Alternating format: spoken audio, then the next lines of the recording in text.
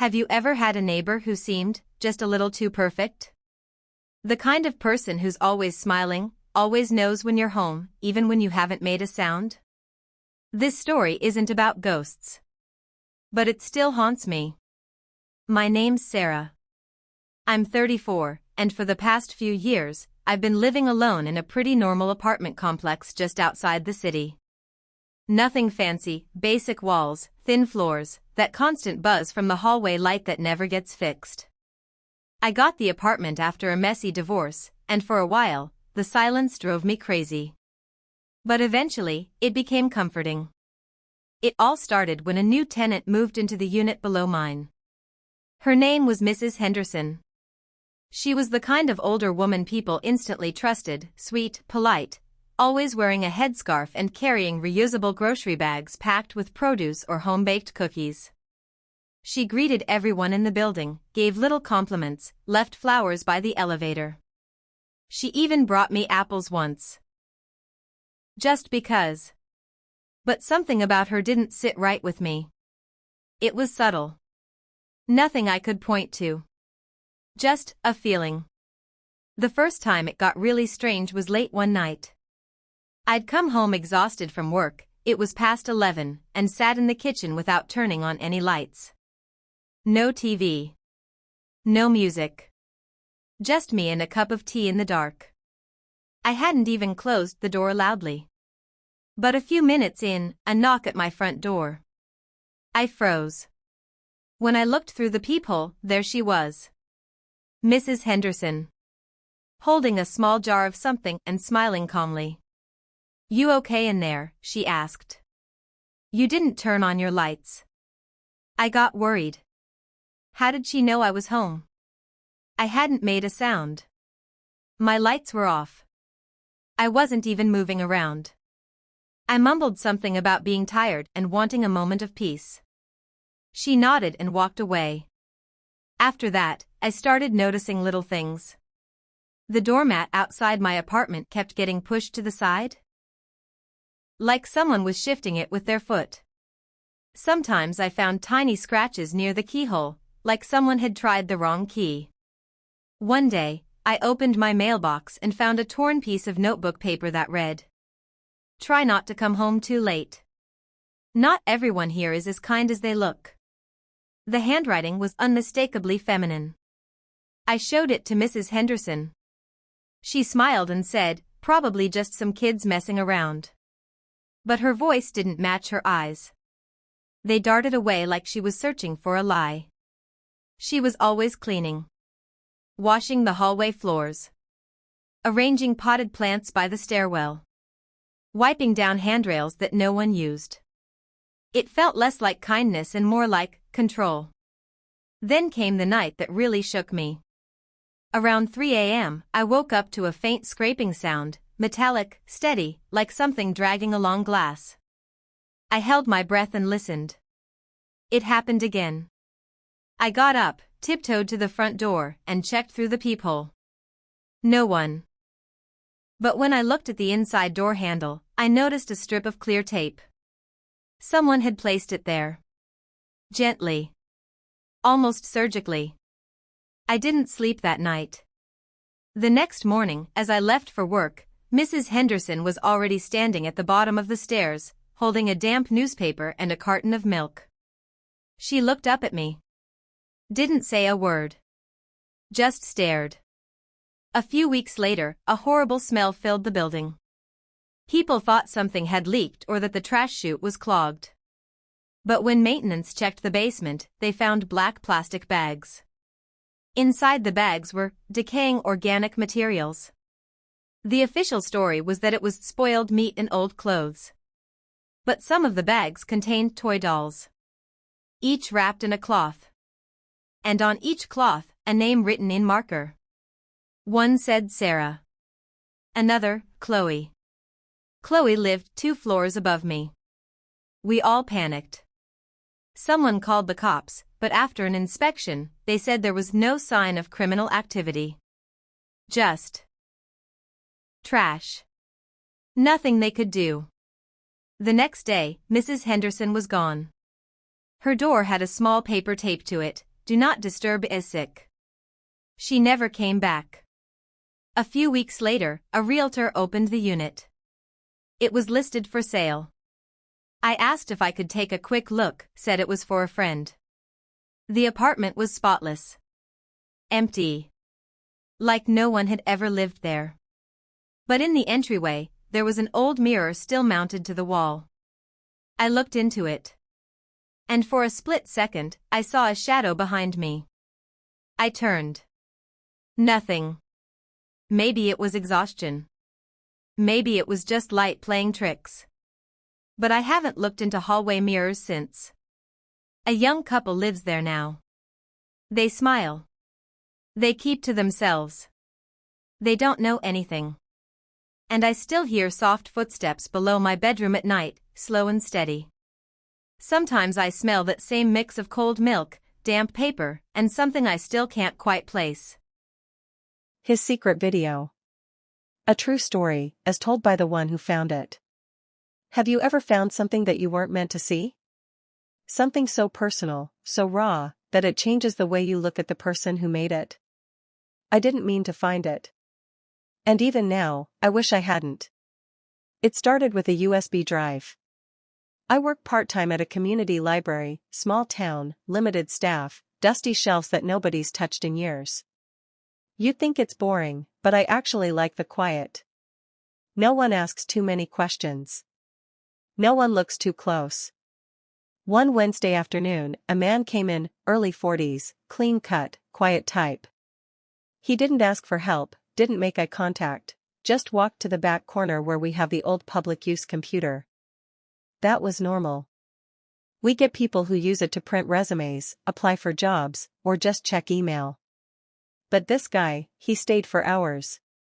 No printing. No browsing. Just staring at the screen. He came back the next day. Then again the day after that. Always same time, same computer, same silence. By Friday, I was curious. I don't normally snoop, but when you see someone spend 5 straight days on an outdated PC without typing a word, it sticks with you. He left just before closing.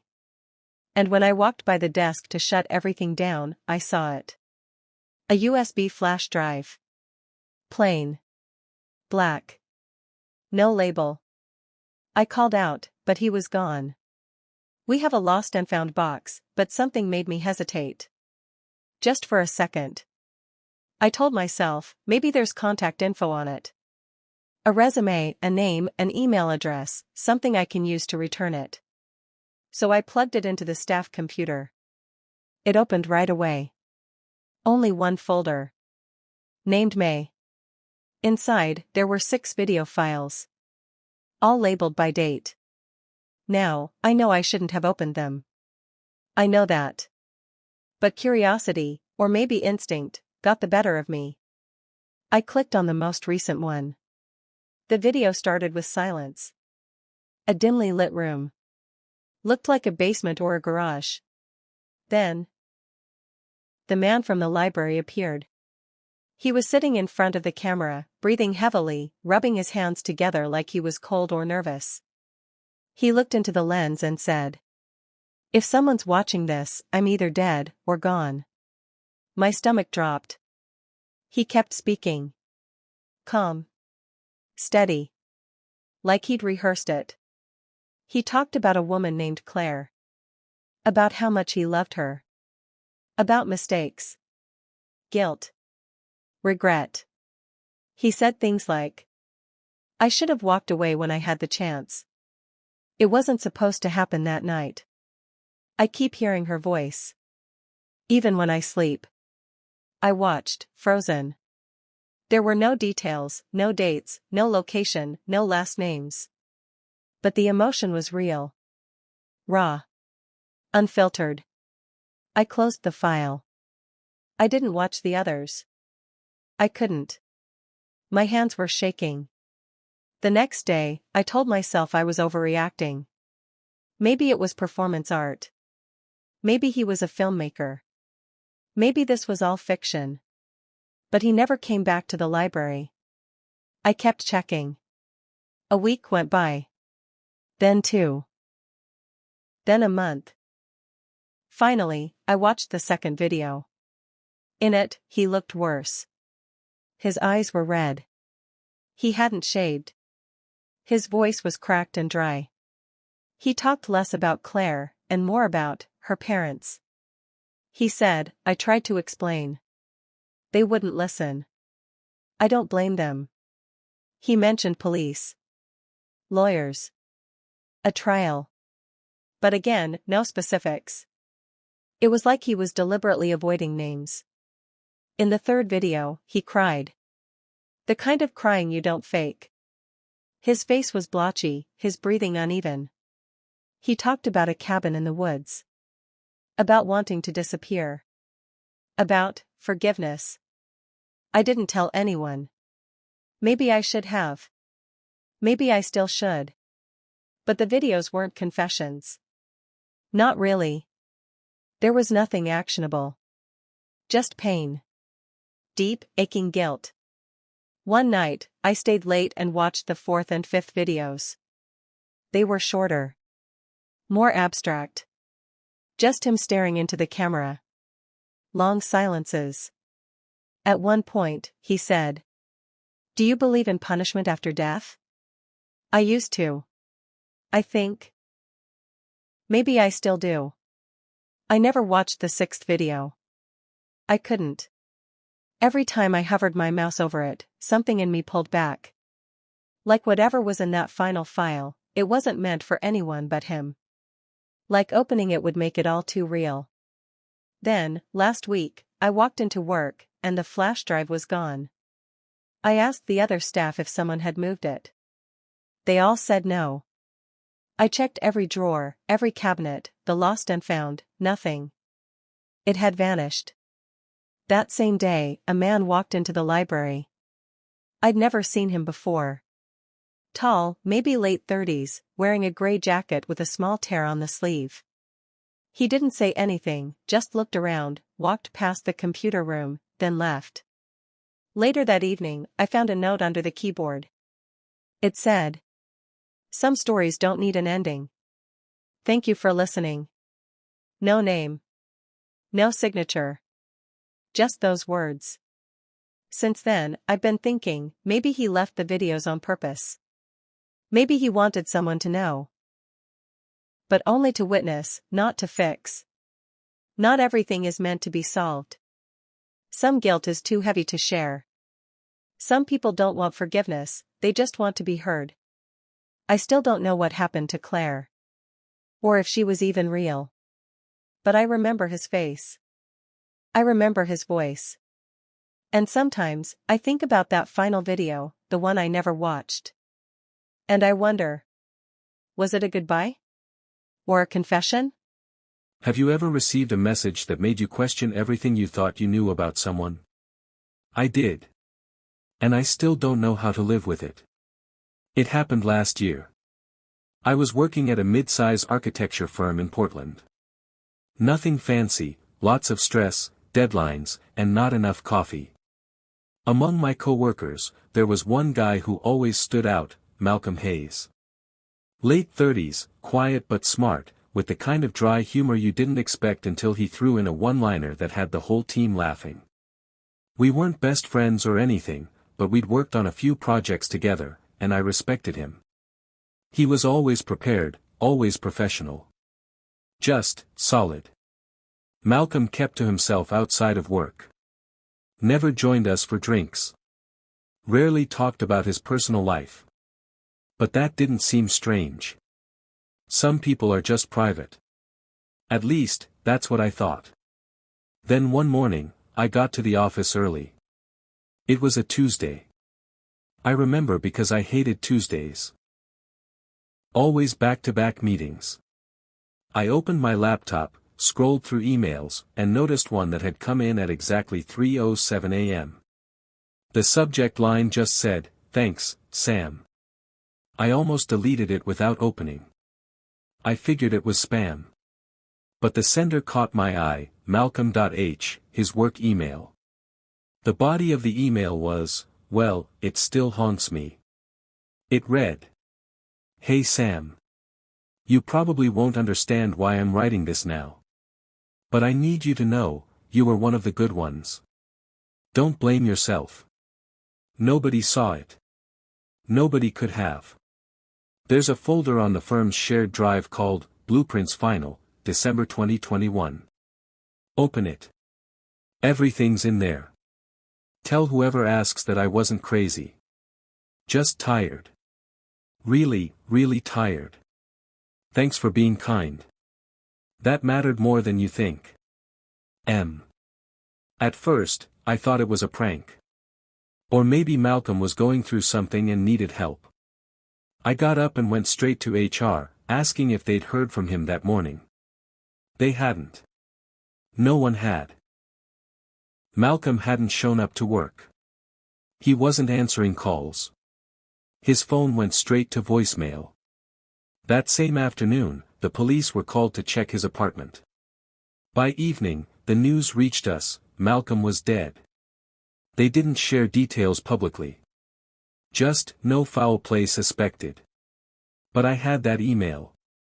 And the folder. And what I found in that folder. It wasn't blueprints. It was a journal. Not handwritten, but typed out, hundreds of pages. Dated back almost 6 years. At first, it read like personal notes. Little observations, routines, thoughts about coworkers, daily struggles. But then it got darker. Slowly. He wrote about how he started feeling like he wasn't real. That his body would move, but his mind wasn't inside. He described waking up at night and finding himself sitting at the edge of the bed, with no memory of how he got there. He wrote about being followed, not by people, but by shadows, as he called them. Malcolm kept to himself outside of work. Never joined us for drinks. Rarely talked about his personal life. But that didn't seem strange. Some people are just private. At least, that's what I thought.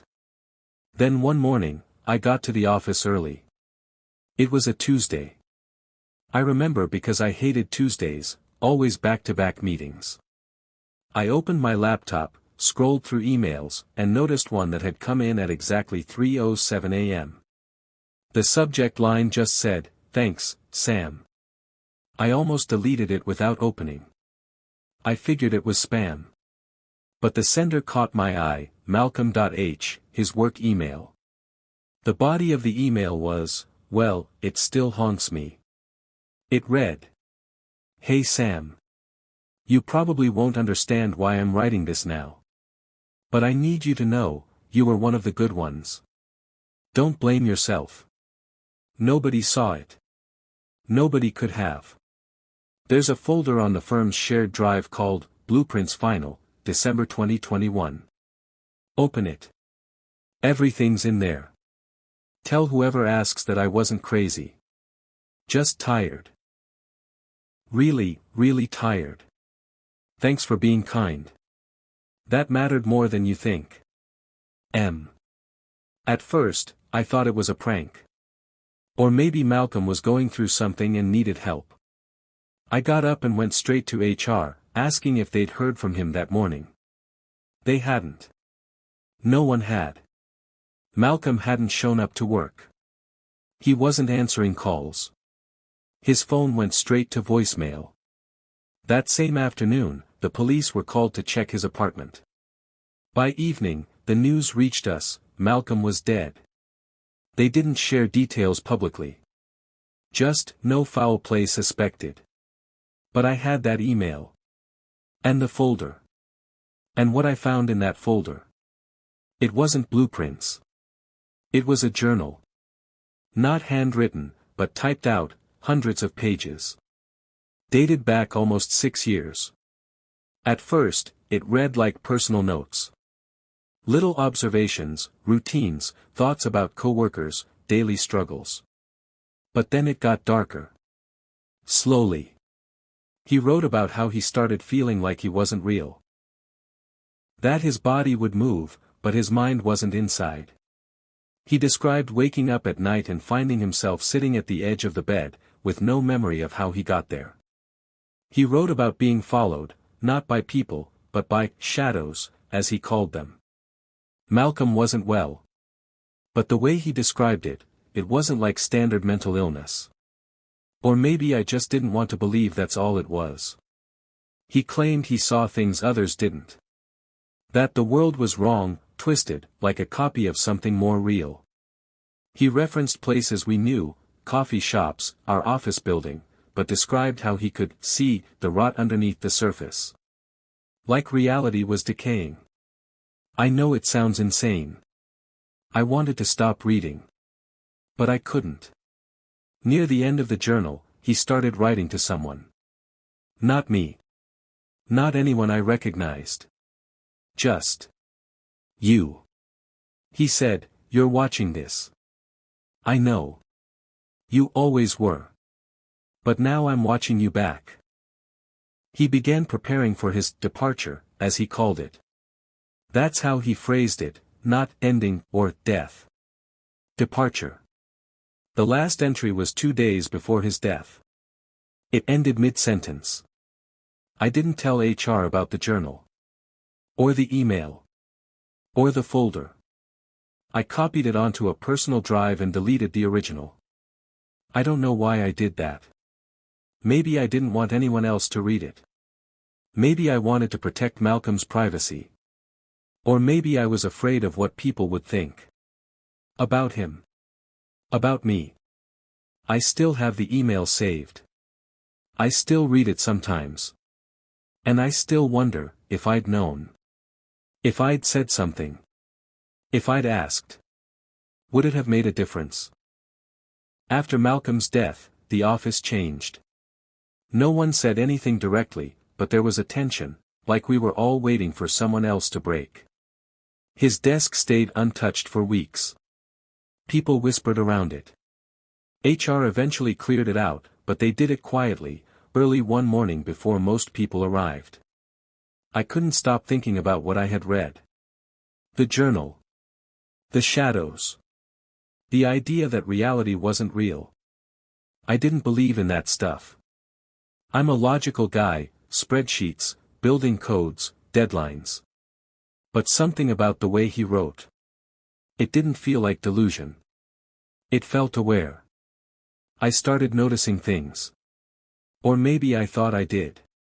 One day, I was walking to my car after work and saw someone standing across the street. Just watching. No phone. No movement. When I turned to look again, they were gone. The next week, I came into the office and found a sticky note on my monitor. It just said, "Did you read it all?" No one admitted leaving it. I checked the building's cameras, but the footage from the night before was corrupted. IT brushed it off, said the system was old.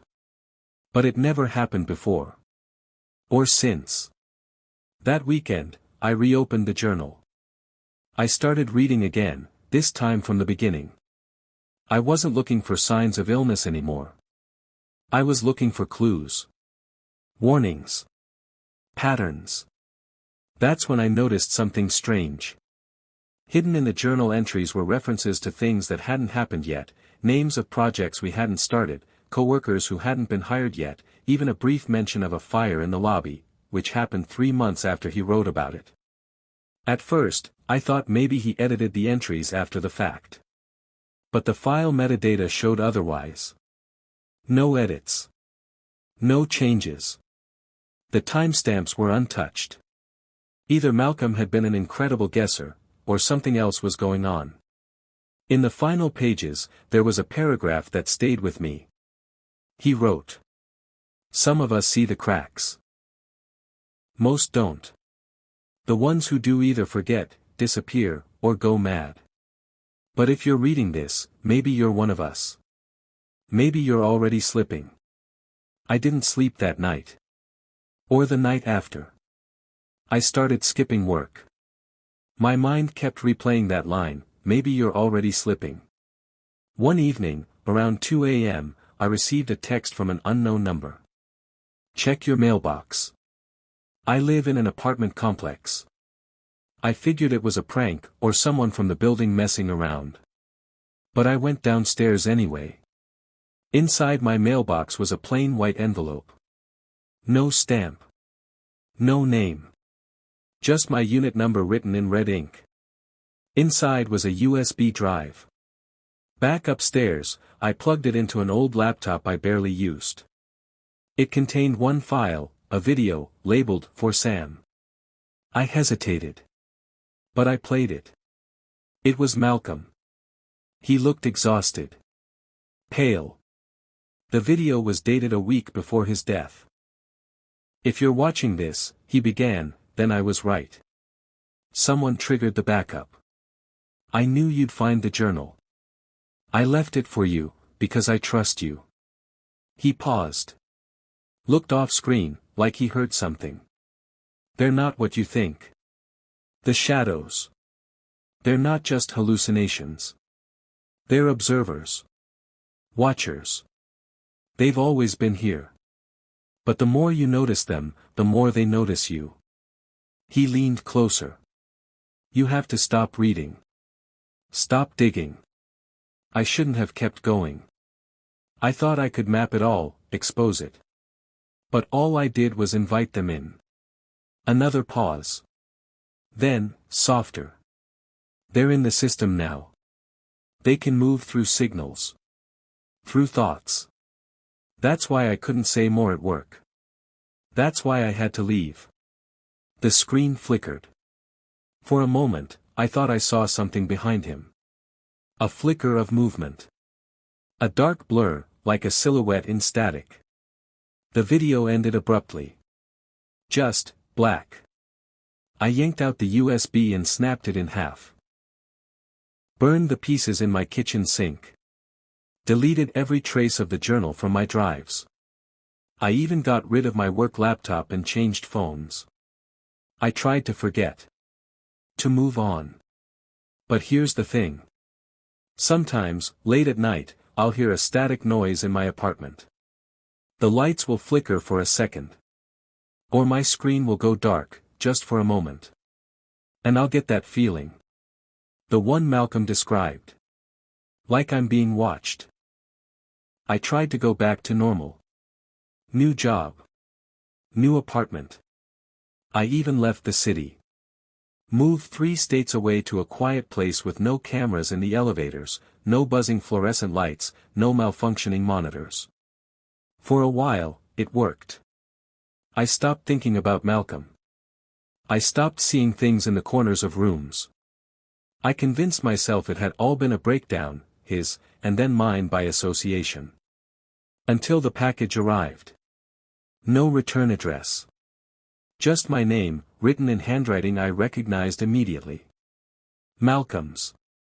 Inside the box was a single item, a book. A thick, leather-bound notebook, not digital, not typed. Real ink. Real paper.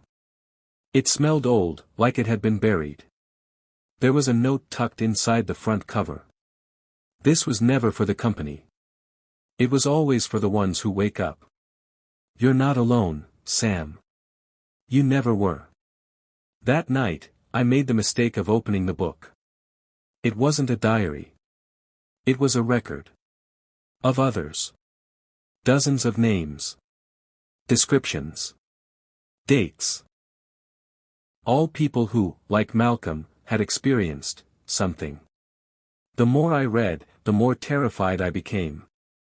These people weren't connected by geography, or job, or even era. Some entries were from the 1980s. Some from 2003. One was dated 1971. They all described the same things. The watchers. The shifting shadows. The feeling that reality was glitching. One person called it dimensional bleed. Another, the edge of pattern. There were sketches, too. Diagrams. Even hand-drawn floor plans of buildings that didn't exist anymore, places with hidden rooms, strange doors, endless staircases.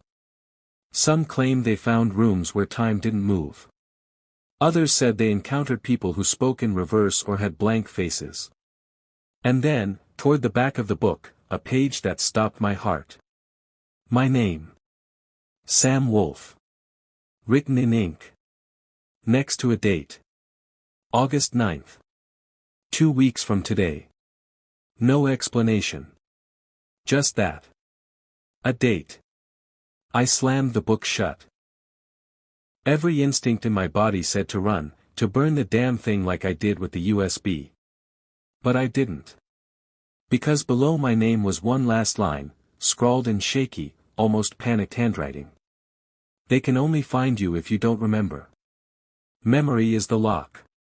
Awareness is the key. You woke up, now stay awake. After that, I couldn't sleep. I mean that literally. Every time I started to drift off, I'd jolt awake with images I couldn't explain. A hallway I didn't recognize.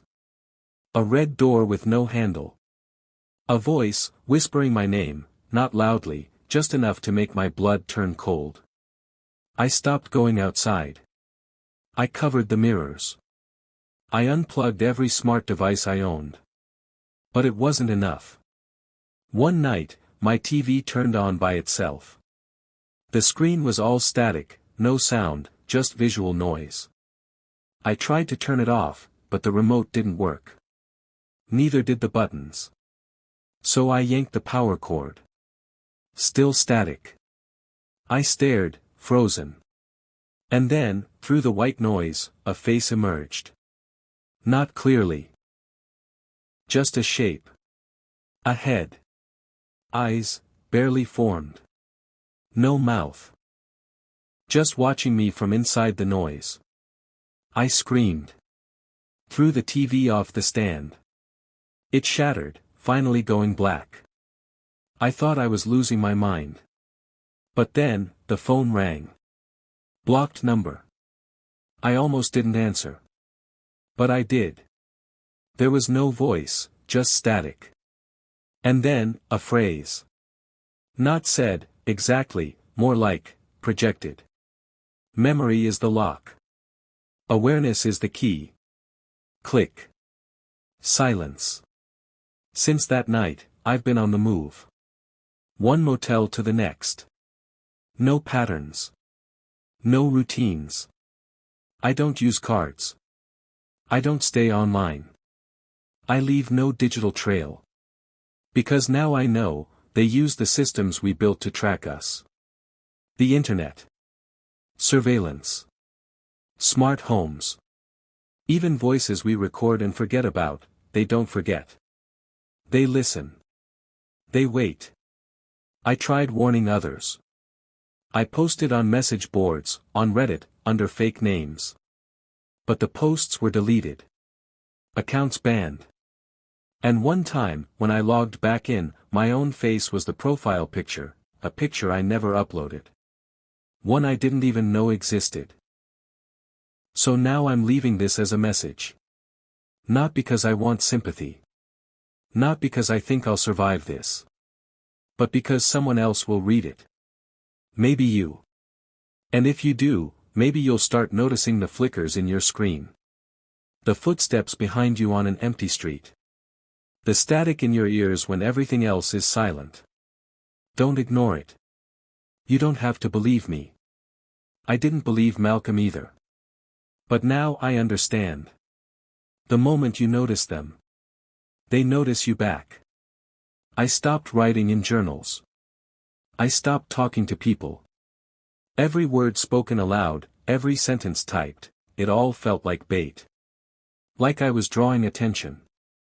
But still, I kept the book. Malcolm's book. Hidden in a place even I don't remember clearly. Somewhere far from here. And yet, even silence wasn't enough. It happened 3 nights ago. I was staying at a roadside motel, middle of nowhere. No Wi-Fi, no cameras, not even a working phone line. I thought I was safe. But around 2 a.m., I woke up cold. Not scared, just cold, like the temperature dropped 20 degrees in seconds. I sat up, and the room wasn't the same. The wallpaper was peeling in a different pattern. The nightstand was gone. The TV, missing. I reached for the lamp, it wasn't there either. Just, void. I got out of bed and opened the door to the hallway. But there was no hallway. Just a corridor stretching in both directions, longer than anything could fit in that building. Endless, and dimly lit by flickering overhead bulbs spaced way too far apart. No sound. No exit signs. No wind, no hum of electricity. I stepped out. My feet made no sound on the carpet. My shadow didn't follow me. And then, the lights started going out behind me. One. Then another. Then another. Something was coming. I ran. Not forward, back. Into the room. But the door was gone. Only wall. I turned around, and there it was. Not a creature. Not a person. Just, a shape. Human-like, but flickering. Like a bad signal. As if reality couldn't fully contain it. It tilted its head. And I heard Malcolm's voice, only, it wasn't coming from the shape. It was inside me. Projected. Echoing. Remember the dream. And suddenly, I was 10 years old again. Running through a school hallway. The fire alarm blaring, but no one else there. Doors melting like wax. And someone watching from the ceiling, a silhouette. With no face. Just waiting. I had that dream for years. Always the same. I'd forgotten it completely. Until that moment. Memory is the lock, Malcolm had said. Awareness is the key. That was the first moment I truly understood. They weren't showing me something new. They were showing me what I'd forgotten. I blacked out after that. Woke up on the floor of the motel room, alone. Everything was back to normal. Sort of. Because now. I see them. Not clearly. Never in the light. But when a streetlight flickers, or a reflection lingers too long in a window, they're there. Waiting. Not attacking. Not communicating. Just observing. And I think I finally get it. We weren't meant to see past the veil. Reality, as we know it, is a construct. A perfectly designed loop. Predictable. Contained. But sometimes, people break the loop. Malcolm did. And now. I have. And here's the terrifying part. I don't think we're the main program. I think we're the test environment. The experiment. And the moment you realize you're being watched, the simulation starts to collapse, for you. That's why they come. Not to erase us. But to keep the system running, by resetting those who see too much. I don't know how long I have left. This is the last message I'll leave. If you're watching this. If you've ever had dreams you can't explain. Glitches in time. People you remember but who no one else does. Write it down. Draw it. Speak it out loud. Don't forget. Because once you forget, they can rewrite you. Small blue diamond to the viewers, have you ever had a dream you were convinced wasn't a dream? Something you woke up from, but part of you never really returned? Have you ever come home and immediately felt like something was off, but couldn't explain why? It started on a Monday. I'd just gotten back from a weekend away. Nothing exotic, just visiting my sister a few hours out of town. When I walked into my apartment, everything looked exactly how I'd left it. Exactly? That's what bothered me. The mail I hadn't sorted was still on the counter. The shoes I kicked off Friday night were still lying near the door. Nothing was missing. Nothing was added. But the air felt lived in. It didn't feel like I'd left it empty. At first, I thought I was just tired. Maybe I left the window cracked and the draft stirred things up a bit. I pushed the feeling down, unpacked, made some dinner, and tried to go to bed early. But at 3:12 a.m., I woke up. No sound. No light. Just the sense that someone was watching me. I looked toward my bedroom door. It was open. I always sleep with it closed. I know I closed it. I got up, checked the apartment. Nothing. Everything locked. Silence. Still, I couldn't shake it. The next day at work, I made a joke to my coworker. Maybe someone broke in, lived in my place all weekend, and cleaned up after themselves. We laughed. Sort of. That night, I went to bed a little uneasy. But I had a plan. I set up my phone to record a time-lapse video facing the kitchen and living room overnight. Just in case. In the morning, I checked it. For the first 6 hours, nothing happened. But at 4:17 a.m., a shadow moved through the hallway. Not walked, moved. No footsteps. No sound. Just a brief, soft shift, like fog in human form. I thought maybe it was a glitch. I scrubbed the footage forward, and froze. There she was. A woman. Early 20s. Dark hoodie. Long black hair, but I couldn't see her face. She stood just inside the hallway, facing the camera, and then walked out of frame, toward my bedroom. But here's the thing. I never heard the door. Never felt a draft. My bedroom door never opened. She was already inside. I called the cops. Showed them the footage. They checked the apartment thoroughly. No one, nothing, not even a forced entry. No signs of squatters. They said it was probably a trick of the light. Maybe a shadow. Maybe I was dreaming. But I wasn't. The next few nights, I left every light on. Slept in short bursts. She never showed again, not on camera anyway. But the feeling came back. Every night. Watching. Then Thursday came. I stayed late at work. Got home close to midnight. I opened the door, and my living room lamp was on. The one I never use. The one I'm sure I unplugged. I stood frozen. From the corner of my eye, I saw movement. I turned quickly, but nothing was there. Still, the air, it had weight. Like someone had just left the room. Or was still in it. I walked through every corner of the apartment. Then I checked the hallway closet, a small, shallow space I barely used. At first, I didn't notice anything strange. Just coats, a broom, an old box or two. But something made me crouch down and look behind the largest box. And I saw it. A toothbrush. Not mine. A red one. New. Clean. Next to it, a hairbrush. Long black hairs tangled in it. She'd been living there. I don't know how long. I don't know when she got in. But the signs were all around me. I packed a bag and left that night. Got a hotel. Then found a new place. Moved without saying a word to anyone. Changed locks, passwords, everything. Weeks passed. Then, one morning, I received a package. No return address. Inside, wrapped in a strip of dark fabric, was my old apartment key. Nothing else. No note. No message. Just the key. I don't know where she is now. Maybe she's still in that apartment. Maybe she's found someone else.